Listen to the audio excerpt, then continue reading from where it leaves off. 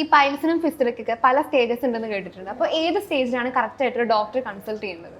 അതിന് അങ്ങനെ ഒരു പ്രത്യേകിച്ചൊരു ടൈമല്ല. ഇപ്പം ഒരു പേഷ്യന്റ് നമ്മുടെ അടുത്ത് വരുന്നത് അവരുടെ ടോളറൻസ് വെച്ചിട്ടാണ്. ചിലർ ഏറ്റവും ലാസ്റ്റ് സ്റ്റേജിലായിരിക്കും വരിക, അതുവരെ അവർ ടോളറേറ്റ് ചെയ്യും. ഇപ്പോൾ പെയിൻ ആണെങ്കിലും ബ്ലീഡിംഗ് ആണെങ്കിലും എല്ലാം. ബേസിക്കലി അതിനൊരു ടൈമിംഗ് അല്ല, പേഷ്യന്റ് അവെയർ ആണ്. എനിക്ക് ഇങ്ങനെ ഒരു അസുഖം വരുന്നുണ്ടോ, എന്താണ് എൻ്റെ ഒരു പ്രോബ്ലം എന്നുള്ളത് ഞാൻ അസ്യൂം ചെയ്യാതെ ഞാനൊരു ഡോക്ടറെ കണ്ടിട്ട് വേണം എനിക്ക് അതിന്റെ ശരിയായ ഒരു സ്വഭാവം അല്ലെങ്കിൽ ശരിയായ ഡയഗ്നോസിസ് വരുത്തുക എന്നുള്ളത്. എപ്പോഴും 5% ചാൻസ് ഉണ്ട് നമ്മൾ അസ്യൂം ചെയ്യുന്ന സാധനങ്ങൾ തെറ്റായി മാറാൻ. അതായത് നമ്മൾ വിചാരിക്കും ഓക്കെ പൈൽസോ ഫിഷറോ അല്ലെങ്കിൽ ഫിസ്റ്റുലയോ അങ്ങനെ എന്തെങ്കിലുമൊക്കെ കാര്യമായിരിക്കാം, ഞാനപ്പം കുറച്ച് ലൈഫ് സ്റ്റൈൽ ചേഞ്ചസും ഭക്ഷണത്തിലൊക്കെ ഒരു ക്രമീകരണമൊക്കെ വരുത്തി കഴിഞ്ഞാൽ ചിലപ്പോൾ റെഡി ആവുമായിരിക്കും. പക്ഷെ അതിനൊരു 5% ചാൻസ് ഉണ്ട് ഇത് വേറെ എന്തെങ്കിലും ചേഞ്ചസിലേക്ക് പോകാനുള്ള, ഇല്ലെങ്കിൽ വേറെ എന്തെങ്കിലും ആയിരിക്കാം അത് നമുക്ക് ഐഡന്റിഫയബിൾ ആവാതെ ഇരിക്കുന്നത്. അപ്പോൾ ഈ ഒരു 5% ആണ് എപ്പോഴും ഒരു ഡേഞ്ചറസ് ആയിട്ടുള്ളത്. കേരളത്തിൽ എല്ലായിടത്തും ഡോക്ടേഴ്സ് അവൈലബിൾ ആയിട്ടുള്ള ഒരു സ്ഥലമാണ്. നമ്മൾ ആ ഒരു 5% ആവാതെ ഇപ്പോൾ എന്തെങ്കിലും ഒരു ബുദ്ധിമുട്ടുകൾ വരികയാണെങ്കിൽ പേഷ്യന്റ് ഡോക്ടറിനെ സമീപിക്കുക എന്നുള്ളതാണ് എനിക്ക് പറയാനുള്ളത് ഈ അവസരത്തിൽ. എന്ന് വെച്ചാൽ നമുക്കത് ട്രീറ്റബിൾ ആയിട്ടുള്ള ഒരു അവസ്ഥയിൽ നമുക്ക് കിട്ടുകയാണെങ്കിൽ പെട്ടെന്ന് തന്നെ അതിനുള്ള ഒരു ട്രീറ്റ്മെന്റ് കണ്ടെത്താം. രണ്ടാമത്തത്,